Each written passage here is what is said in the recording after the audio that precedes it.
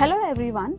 In the previous session we have learnt about positive integers that are simply counting numbers 1, 2, 3, 4 and so on.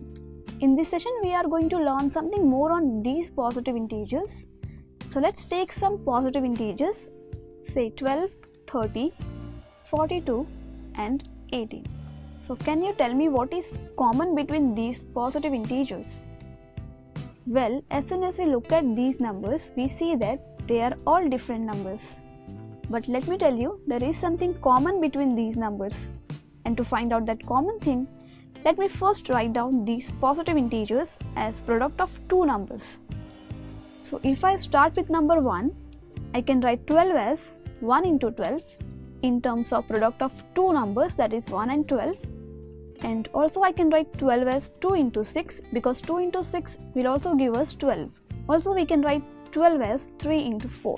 So this is the only possible way of writing 12 as product of two numbers. Similarly I can do for the numbers 30, 42 and 18.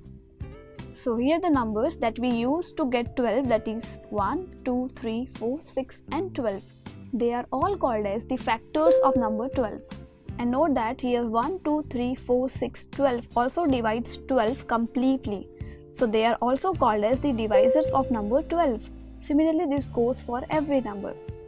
So now if I talk about the common thing, we can see that here 1, 2, 3 and 6 are the common factors of all the numbers. And out of these common factors, 6 is the highest number, which is a factor of all the numbers. So here 6 is called as the highest common factor of 12, 30, 42 and 18 or HCF. And also since 6 is the greatest number that divides 12, 30, 42 and 18, so highest common factor is also called as greatest common divisor. So now as we know that, what do we mean by highest common factor or the greatest common divisor? So in mathematics we have two methods to find the highest common factor, multiplication and division. So let's say if I want to find highest common factor of the number 30 and 15. So let's first see how can we find the highest common factor by multiplication method. So here we have two numbers, that is 30 and 15. And we already know how to factorize a number. For example, we can factorize 30 as, this means that 30 is equal to 2 into 3 into 5. Similarly, we can factorize number 15 and we can get 3 into 5. Now here to find out the highest common factor by multiplication method, we'll take the product of the common numbers. So as we can see here, 3 is common and 5 is common and no other number is common. So we take the product of 3 and 5. That is 3 into 5 is equal to 15. So here the highest common factor of 30 and 15 is equal to 15. Let's now see how can we find the highest common factor of 30 and 15 by division method. So in division method we will first divide the two numbers and we'll get remainder is equal to 0. And we know that whenever we divide any two positive integers, the bigger number is called as dividend and the smaller number is called as divisor. And here 2 is called as quotient and 0 is the remainder. And we know that 15 times 2 will give us 30. So we can also write 30 as 15 into 2 plus 0, which is same as to say dividend is equal to divisor into quotient plus the remainder. So from multiplication method we know that the highest common factor of 30 and 15 is equal to 15. So here also 15 should be the highest common factor. And here 15 is nothing but the divisor of 30. So here we conclude that in division method whenever we divide any two positive integers and if we get remainder equal to 0, then we consider the divisor as the highest common factor of that numbers. So we can see we have got the same answer by both the methods, but this was the case where the remainder was equal to 0. But what if remainder is not equal to 0? So let's say instead of dividing 30 by 15, if I divide 32 by 15, I'll get remainder as equal to 2, that is not equal to 0.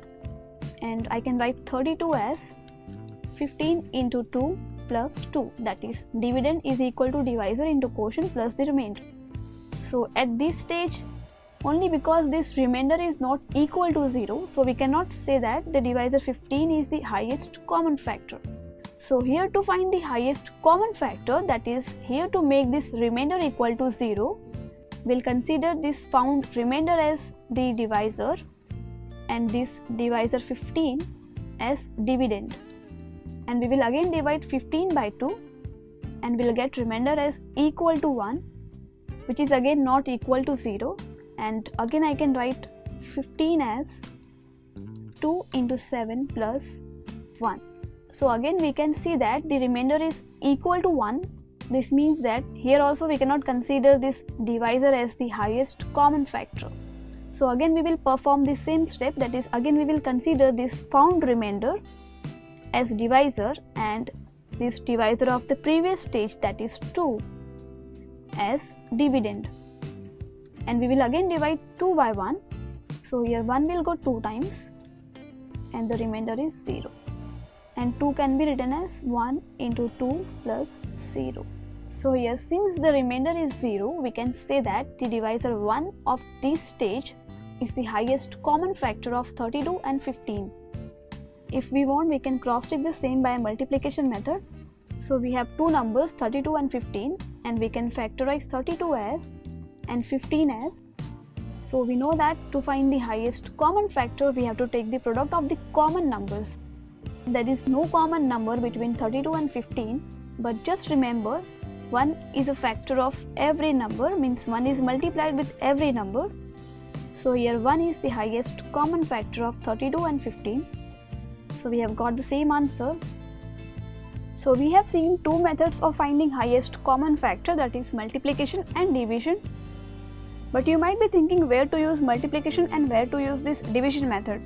Actually earlier when people wants to find the highest common factor, the most common method was the multiplication method. But later on they found difficulties in finding the highest common factor of bigger numbers.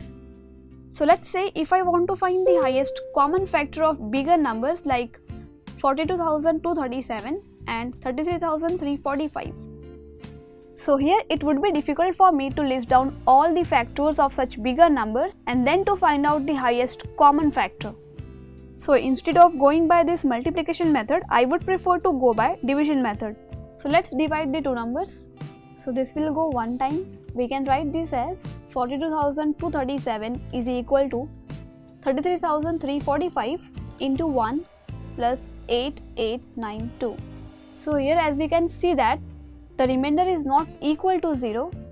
So let's consider this remainder as divisor and this divisor as dividend for the next stage. So this will go 3 times. So let's do this until we get remainder equal to 0. So here since the remainder is equal to 0, so here we can conclude that the divisor 2223 is the highest common factor of 42,237 and 33,345.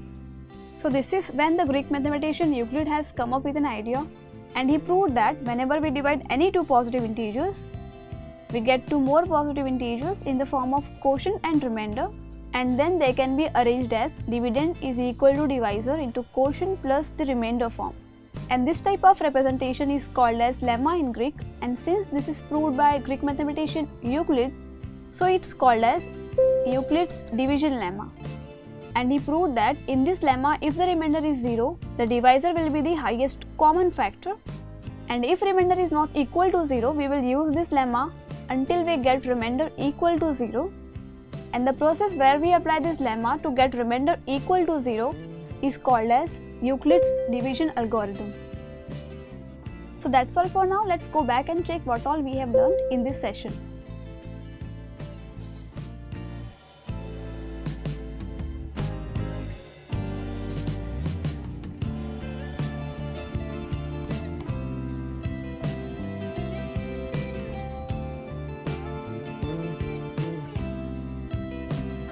You can also now check out our courses available on our website www.letstude.com.